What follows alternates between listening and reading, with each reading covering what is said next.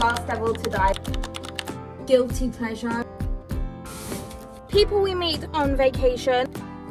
Babes, wake up, we're going to the beach. These are meant to be the conditions today. We've got sun, we've got relatively high temperatures for Scotland, and a high UV for Scotland.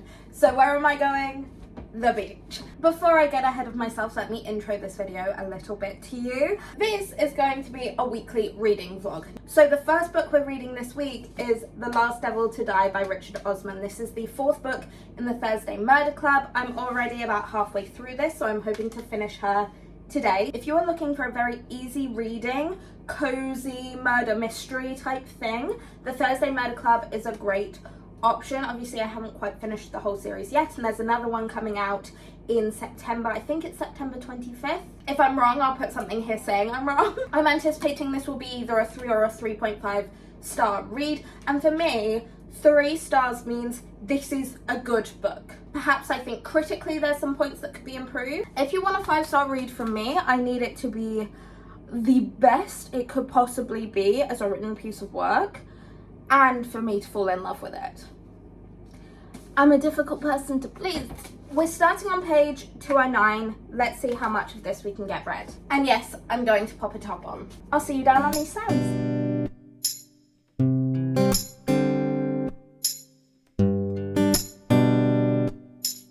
Currently the tide is kind of low over there, but I think it's around 1:30 is high tide again, so it will come in again, and it's gorgeous at high tide.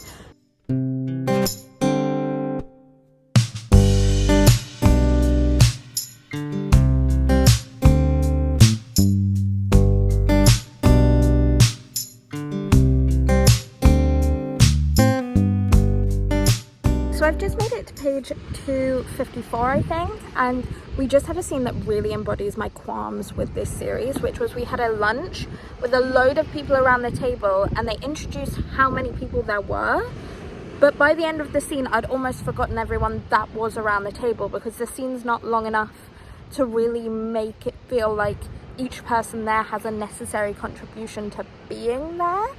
So it feels like we can't give each character the time we need for them to be clear and differentiated and impactful in the scene, even though when you actually look at their presence there, it makes sense why this collection of people are there. So I just feel like they maybe aren't differentiating and handling all of these characters in the same place the best for the characters themselves. They're handling them for the plot, not the character development or the character distinction to the reader. You can't tell me that isn't bliss with the tide coming in.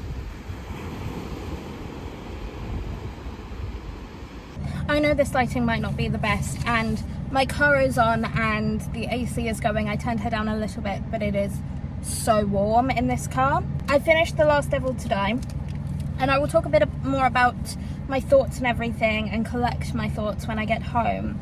But I read this passage, and it's about one of our main characters, Elizabeth, reflecting on students and seeing students at a university. I think the contrast between living in something and looking back at something became clear in this passage, and I'm going to stop rambling and just read it to you.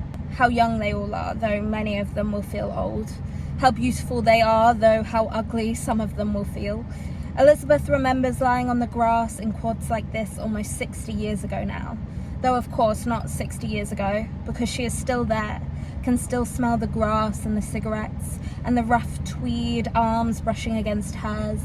She can taste the wine and the kisses, neither of them which she had yet developed a liking for. Side note, if it was anything like the wine we used to drink at Durham Formals, rancid stuff, but the best memories attached. She can hear the cries of boys looking for attention. She can breathe in the air. How young and beautiful she was, how old and ugly she felt. She feels young and beautiful now. Stephen made sure of that, made sure she understood who she was. Whether today or 60 years ago, Stephen was right, as he so often was. Our memories are no less real than whatever moment in which we happen to be living. Just made me think about it for a minute. How lucky I am to sit on a gorgeous beach with the sound of waves behind me. How young I still am, even though I love to say how old I feel. Injuries do that to you, but life doesn't end in your 20s, it starts. I'm trying to come to terms with that. I'm trying to find where I sit in all of that at the moment. Let's head home. I'll stop being sappy. Let me shower the sand off, and we will talk about my feelings about The Last Devil to Die and the whole Thursday Murder Club series as a whole. We're back. I'm showered. I've had something to eat. You can really tell how bad my tan lines are here. This is why we keep going to the beach. We're trying to even them out. But let's start talking Thursday Murder Club series. So this did get left in my bag with my water bottle that leaked when I was reading this one down at the beach a little while ago. I did borrow these books from my mum, so I think I'm going to buy her a new copy of this one, and this one can come live on my shelf for a little while. So like I said in the car, I finished off this book at the beach. At first I was thinking I was going to give it 3.5 stars, but I actually think I'm going to give it 4, and that makes it the highest rating I've given any of the books in this series. I do think this series suffers from the fact, and I hinted to this when I was on the beach, that it has a few too many characters. As by the nature of having 4 protagonists plus everyone else that gets brought between these books as supporting cast, you also have the case-specific people in each novel, and sometimes they also get brought along to go into the subsequent books. So it's a very big cast of characters for books that only just break 400 pages. At times you can definitely feel how Richard Osman has experience writing for and working within television and producing for television. How you get the perspectives shifting throughout this novel and throughout all of these novels, you can almost see how the scenes would shift between focusing on different people in an adaptation. These will be something that most readers will find very easy reading, a bit like an easy watching film. They aren't the most complex narrative, but the characters are engaging and captivating. The cases have good twists to them without being too convoluted that you don't feel like you're keeping up. I think, if I'm correct, Thursday Murder Club got a 3.5 stars. These middle two got 3 stars, and then I believe I'm going to give this last one 4 stars. It will either be 3.5 or 4. I'm leaning towards 4. But now we need to decide on what we're going to read next. I know I have a parcel downstairs with 2 books in it. I believe it's Wedding People, and then I'm blanking on the name of the other one. I do have a few books still on the shelf, even though I took some home when I went home for my birthday. So a lot of my books are gone. Now it's just ones I haven't read yet. So we'll have a look over there in a second. What I actually need to do now is build a packing box. I have some flat pack packing boxes that I need to assemble, because what I want to do is I want to have one just kind of sat in the corner for when I do read books off the shelf and I finish them. I'm going to start packing them then. I need to stop procrastinating and build this box.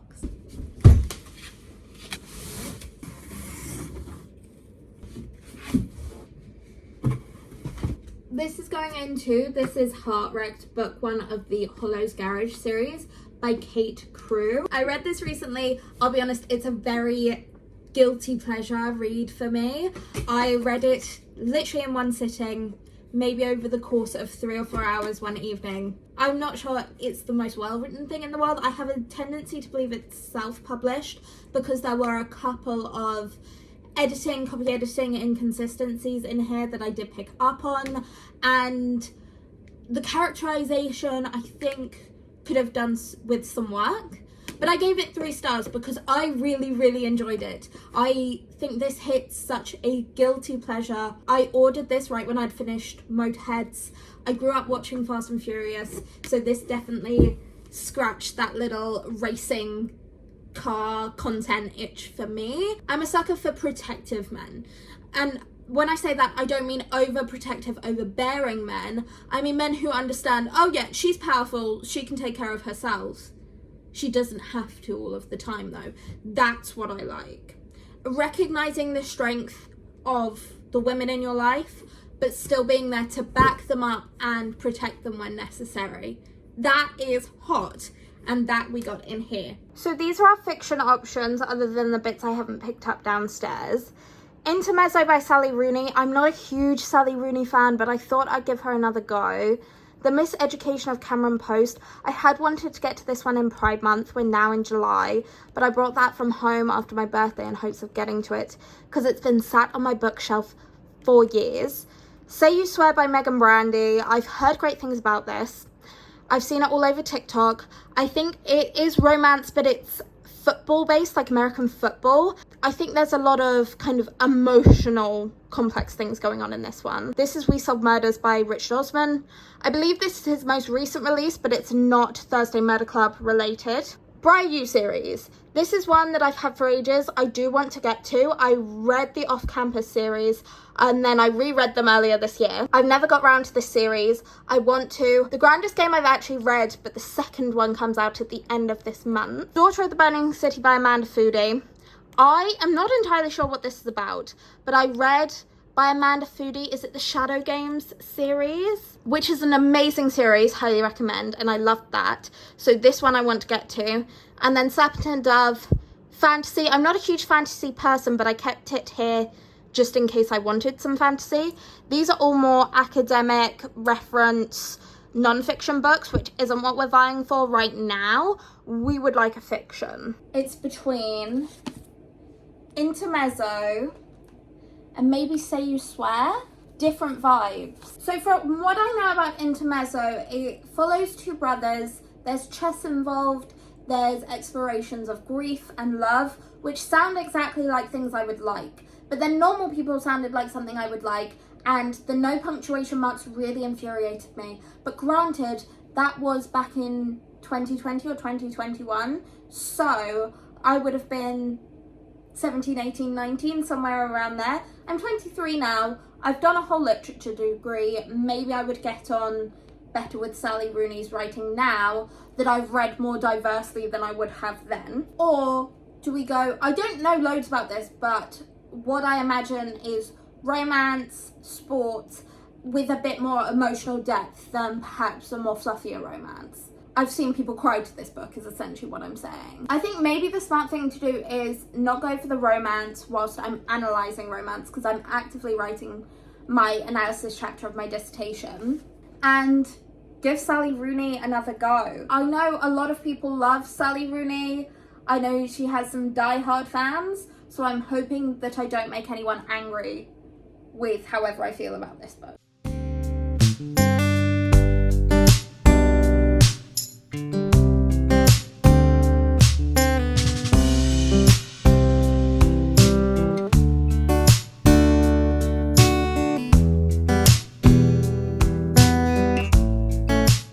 I've just read about 57 pages of Intermezzo, which I think is all I'm going to read today. Mainly that just means I would love to watch some Netflix from bed right now, so we're taking a break from reading. I think that brings me to a total of about 265 pages read today, which is quite good going. So far, those 57 pages means I've read 2 chapters. They have changed perspectives between our two brothers. They both have just come off of their father's funeral. That's kind of where they're entering life in this book from. I'm gonna go take some downtime, some doom scrolling time, some TV watching time, and we will regroup in the morning. Good morning, lovelies. How are we all today? Are we good? Are we good? I hope we're good. I actually think because I got sidetracked this morning, I spoke to my sister a little bit. I had my soul destroyed by doing some little job searching, because that is crushing my enthusiasm for anything at the moment. We are going to stay here. We're going to sit here. I'm going to pop something fun to watch on the TV. I'm not sure what yet. And I'm going to do some reading from the sofa. I didn't get any more reading done last night, so we are starting from, I think it's page 57. Yeah, chapter 3, page 57 on Intermezzo. I'm going to grab a drink, set something up on the TV, and then we will get into reading.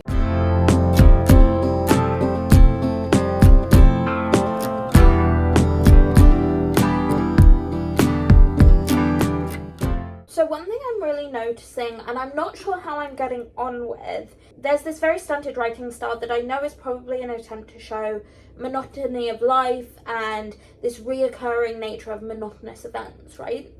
But it jumps around so much that it's stream of consciousness writing that almost feels so uncontextual. It's just a little bit too disjointed for me to actually be able to get immersed in the writing. I will say, having a paragraph so long it takes longer than a page, I don't love that. If we were using speech marks, there's literally clear points within this which are speech that you would start a new line for. We have an outfit change. We have the cutest little pink shorts on. I love them to death. And then this is the May-Dip, St. Andrews May-Dip t-shirt from this year. But for right now, this is comfy reading attire.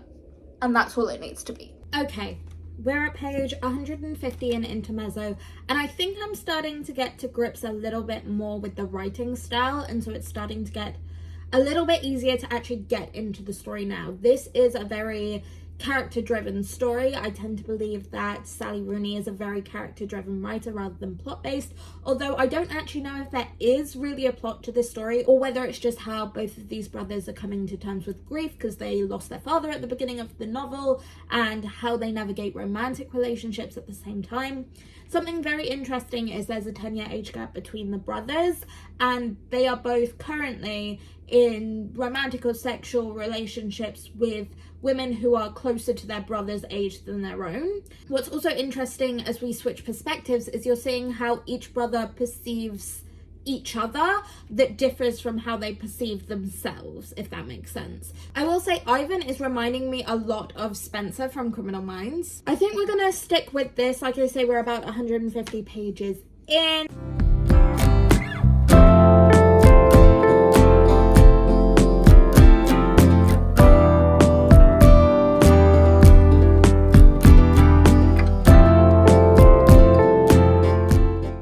Let me be real with you for a second. Essentially, I haven't left the house yet today. I'm trying not to fall back into the grips of my previously diagnosed mental health issues, so not leaving the house isn't a great thing for me. So we're going to go to my favourite bookshop, which is Topping and Company. It is gone 5, but they should still be open, which is why we love them. And then maybe we're going to go down to the beach. I'm thinking West Sands. We might go East Sands. I'm going to shove a little beach blanket in the car anyway. It might just be that we sit on a bench by West Sands. I've not decided yet. I'm going to take Intermezzo along, but I might pick something up that's a bit more lighthearted that I want to read because, yes, my little mentally ill self does quite enjoy reading about others' misery, but I'm not sure if that's the best thing when we're trying to do something to help our little mental health. So we're going to take her along, but we'll see how we feel. And I get to show you Topping. It's honestly the loveliest place in the world, and I'm kind of gutted that I've not managed to get to any of the book events they do because they're so lovely.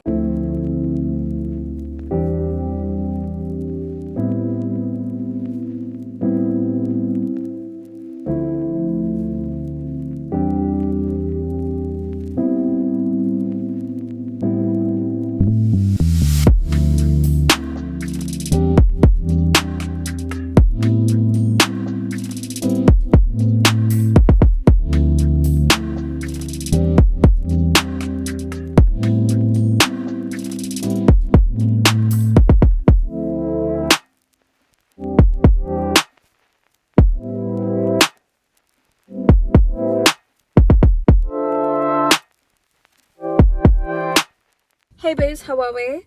I probably just spent about an hour in Topping. We bought People We Meet on Vacation. There was also one that said You and Me on Vacation, so I wonder whether they changed the title or there's a movie coming, so maybe it's to do with that. I'm not entirely sure. This is my first Emily Henry. Definitely warm weather summer read compared to the doom and gloom read of Intermezzo. I think I might actually save this for going down to the beach tomorrow and Saturday because it is meant to be sunny, the UV is meant to be high. I think this will really fit the vibe there.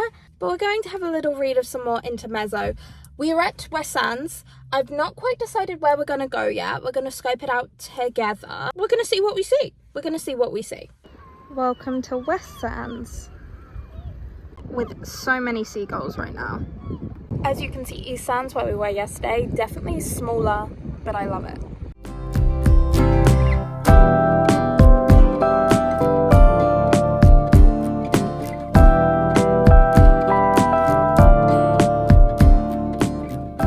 So I'm back from the beach. We got got to page 201, so I read about 50-ish pages while I was down there before my phone started running out of charge and the wind started to pick up, so I decided to skedaddle home. That might be me done for the day now reading this one. If it's not, I will update you again, but that will most likely be from bed.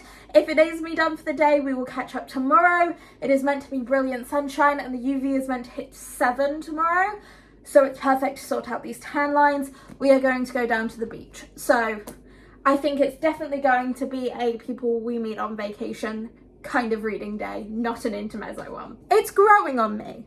I'm not in love with it, but it's growing on me. And I think that means we've read somewhere around 143-ish pages today. How are we all today? I'm grand because it is meant to be a gorgeous day, brilliant sunshine, high IB, actually classified as high. We're in Scotland, it doesn't happen a lot. I've got a little bikini on and a cute little skirt. I need to put a top on. I'm in a very, very good mood. We're about to head out. We're going to remember the tripod today and we're going to go read People We Meet on Vacation. From what I can gather, over the last 12 summers, Alex and Poppy have met each other and they've kind of come in and out of each other's lives, and this is like their final trip they're going on together. And will they become more? I'm guessing yes. We're going barefaced. We're going...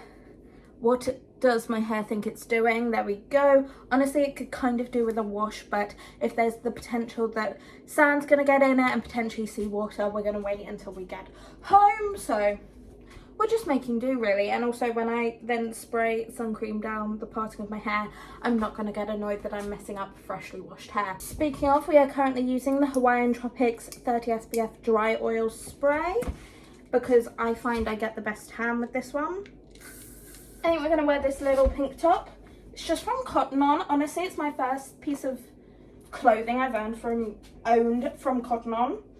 Obsessed. We're also going to take my little current writing project notebook just because I seem to get inspired on the beach. And we'll take our AirPods too, so we can listen to Noah Khan, because in my brain Noah Khan has become the soundtrack of my summers for the past like 3 summers now. And the deluxe version of Stick Season came out when I was on a sun lounger in Cabo Verde, so I blame that. Anyway, let's head down. I explicitly said I needed to remember my tripod today, and guess who forgot her tripod? That's a little bit gutting, I'll be honest. Right, let's actually walk down, because walking down from where I'm parked today is my favourite view.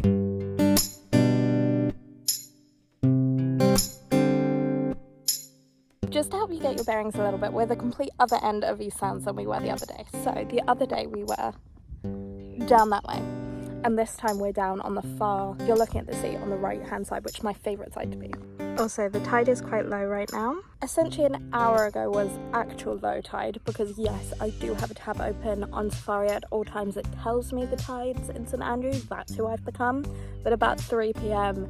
it's going to be high tide, so slowly all morning and into the afternoon the tide will be coming towards me, so it won't be as far away.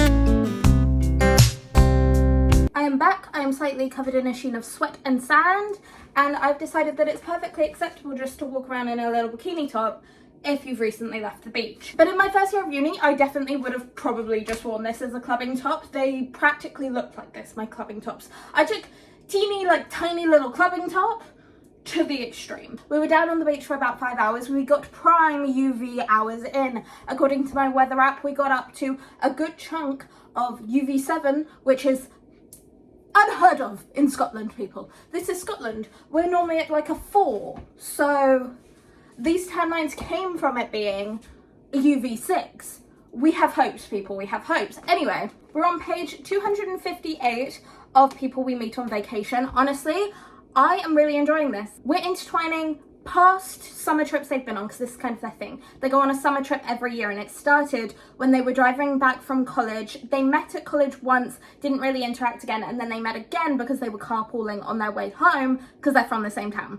Anyway, ever since then their friendship grew, and they go on a summer trip every year until 2 years before what takes place in this book. So what we're getting is current summer and all of those past summers being intertwined, and we're getting a little glimpse of all the previous trips they've taken as well. One of those trips that I've read so far is to New Orleans. Is it New Orleans or New Orleans? I'm trying to think back to me watching the originals, which honestly is where some of my obsession began, but I've looked into a lot of folklore, including the casket girls, who myth says they came over as wives for the colonizing men, and they supposedly either brought vampires with them or were vampires, and they got kind of nailed shut with nails blessed from the Pope into the upper attic level of a convent.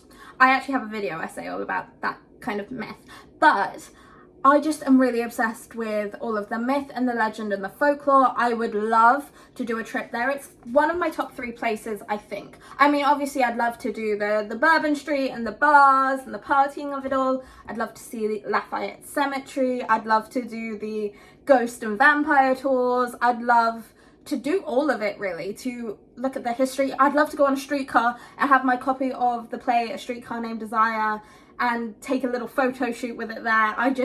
There's so many things that I would love to do. I'm getting really sidetracked. So I'm really loving the format of those interwoven past summers and the current summer. They're trying to save their friendship, and does it become love? You know the type. Although I will say, I think Alex in the past feels like a more fleshed out character than Alex in the present. I feel like we just aren't doing a lot with his character at all. But yeah, I think we have about 100 pages left of this.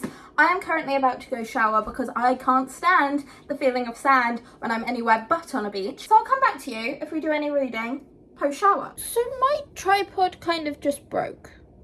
Maybe it's a good thing that it's still Prime Day. I'm going to try and buy another one now, but that puts a little spanner in my works of trying to prop you up. We have showered, we've sorted the hair, and we're in a big t-shirt because we're really going for holiday vibes today. Modern Family is on in the background.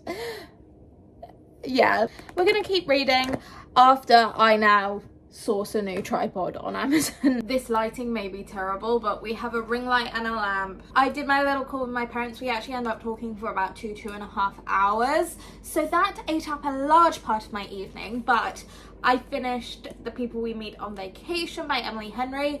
I really enjoyed this, especially towards the end of this novel. I think I tried to talk about this a little bit in quite a spoilery way, but I think I found a better way of explaining it, which is there is a really healthy approach to communication and trying to understand each other's desires, not just in relationships, but in life, and looking at each other as fully formed human beings with their own wants and desires out of life that contribute to happiness and therefore contribute to happiness in a relationship, because if you're not happy in your life, you won't be happy in a relationship, even if it's the relationship for you. The fact that that complexity and depth is actually considered and explored in this really made me appreciate it more. I think towards the end you see a bit of an explanation to why Alex may come across a bit reserved in some of the current parts of this novel, this summer parts of this novel. I still stand by he seems more of a well fleshed out character in the previous summers. I think he could have been improved a little bit in the current this summer's sections, but that is pretty much my only critique of this book. I really enjoyed it. The writing style was great, it was engaging. All in all, I think this was a great read. When I ordered a new tripod, I ordered another Emily Henry book as well. I'm very intrigued to read more from Emily Henry. I, for some reason, put off reading from Emily Henry for a really long time, and I really enjoyed this book. I haven't actually logged this yet, so it could change, but I think I'm going to give this 4.5 stars, which is way higher than I was expecting. Oh, and now that I've finished this book, that means today I read 361 pages. Good morning, my lovelies. I'll be honest, I have filmed this clip already, but I felt it was a little lackluster, so we're going again. We are dressed and ready for the beach. I'll be honest, I'm seeing a lot of fog right now, but the weather app still says sunny and warm, so I'm assuming that's gonna kind of go away soon. Also, if my voice sounds a bit weird, I've literally been awake for maybe 20 minutes, so my little just woken up voice. Anyway, we have the parcel I keep saying I needed to get from reception. I actually went and grabbed first thing this morning. So let's open her up because this will help us decide what we're taking to read today. First up, the wedding people. From what I understand, someone gets mistaken for a wedding guest when they aren't, and potentially it derails the wedding. To be fair, this does feel like a good summery wedding season beach read.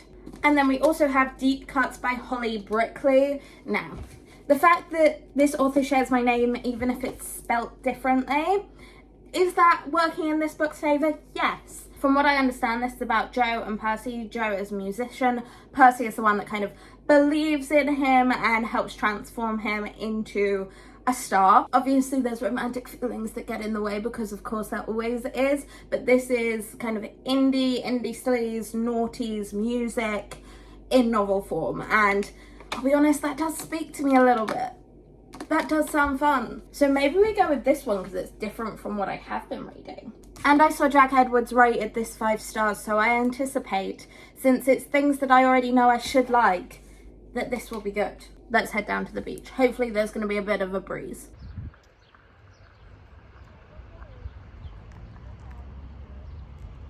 When I say fog, look at that. You'd think a foggy day means I'm not going to sit on the beach. No, I'm not here for good weather. I'm actually here because I love the sound of waves. But we have put the jumper on.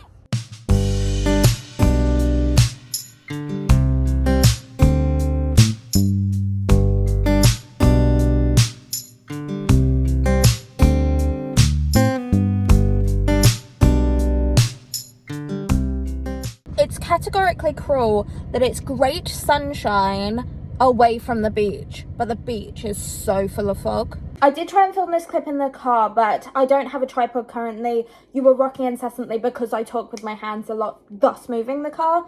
So we're going to do it here instead. This is Deep Cuts. I read 89 pages of this, which essentially I think is the background to Joe and Percy. Here we're getting an idea of both how their personal friendship has formed and also this kind of professional relationship as someone who makes music and someone who critiques it to help improve. That working relationship and personal relationship kind of exist side by side, and I can anticipate that might get a little bit messy as we go throughout the book. So that was the first section we've just read. We're going into a section called New York, so I anticipate this is where the actual plot line or storyline of this book grows from, because so far it's been very character focused and very kind of introspective. Now, this sits on the right side of literary fiction for me, by which I mean, as someone who has studied a lot of literature, I think sometimes authors in the literary fiction space try too hard to mirror some of the greats, and in that they're almost trying to prove that they are intellectual, that they know about their craft, and it just comes across as a little bit muddled. They don't quite achieve that beautiful lyrical descriptive writing, and instead it becomes just hard to trudge through. This doesn't fall into that. We still have these incredibly complex and introspective looks at self and the world. We have very in-depth looks at music. I don't actually know a lot about a lot of the era of music that's being discussed here. I am a girly pop and pop punk of the 2000s girly, but it's really interesting seeing how they link certain songs and how they feel about certain songs to their own emotions, to things happening in their life. The difference between a perfect song and a perfect track is something introduced. And then we also have in maybe the second or third chapter in a zine, because of course in a zine, we have this discussion by our main character that we're following of their personal life and their background infused into discussing music, which essentially allows us to learn more about this character and their backstory without it just being exposition, and it feels more natural in the actual writing of the story. So how this is crafted is really, really interesting to me. It's both descriptive and complex and looking at flawed characters, which are my favourite, without becoming hard to read or overly complicated. It walks that line really nicely. Now, since the weather has disappointed me, we are back home. I do have a few little bits to do. I have some laundry to do, etc, etc. But whilst that's happening, I may go downstairs and read. I may get some other things going on. So I will check back in when I've made a decision. But first, I'm going to make some food.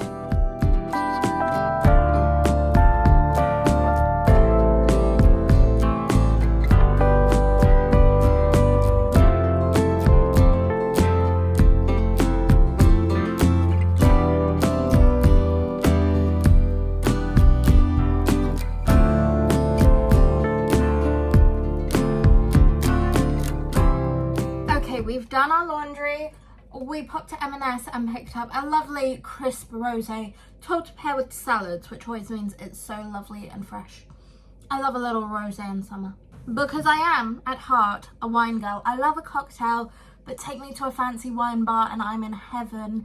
Anywho, we've got to page. We're on page 199 of Deep Cuts. We're in part 3, which is kind of set across LA, Miami, San Francisco, New York area.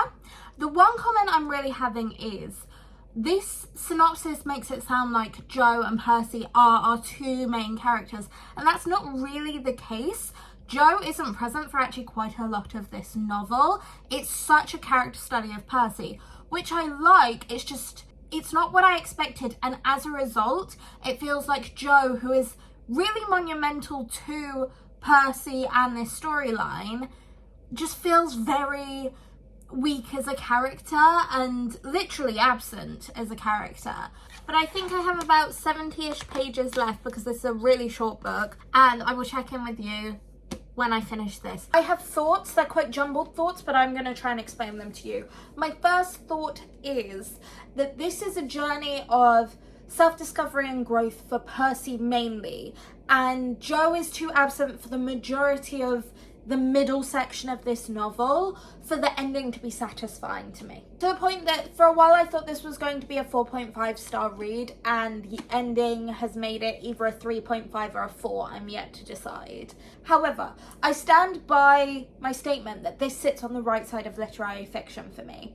It's introspective and considered without being too pretentious or trying to be overly intelligent. The thing that's getting me here is the reviews on here literally say get ready to fall in love with Percy and Joe, and I didn't. Whilst I was engaged with Percy, Joe wasn't in this enough for me to fall in love with him. He wasn't consistently characterized enough. Like I say, the ending feels rushed. I feel like this book had great bones and its short length hasn't done it justice. I do think this is going to be a 3.5 star read. Now, with that being said, I believe this is the end of this vlog because I looked at my footage yesterday and I had over 2 hours of footage from 3 days. So I think we've reached our quota for how much content I can put in this reading vlog, even if I'm going to market it as a weekly reading vlog. If you stuck around this long, thank you. If you have opinions on any of the books I've read in this video, or based on the books I've read in this video, think there's books that I would enjoy, please pop them down in the comments. I would love to have a chat, have a conversation, get some recommendations, all of my favourite things. I don't know what my next video is going to be. It might be a little charity shop hopping vlog because I'm trying to get some lifestyle stuff as well as some book stuff and some general mental health stuff in there as well. So it may not necessarily be a book video next, but a book video will be coming very, very soon, I'm sure, because I am and will forever be a book nerd. I have degrees that prove it at this point. Thank you for watching, and I'm sure I'll be back rambling at you soon.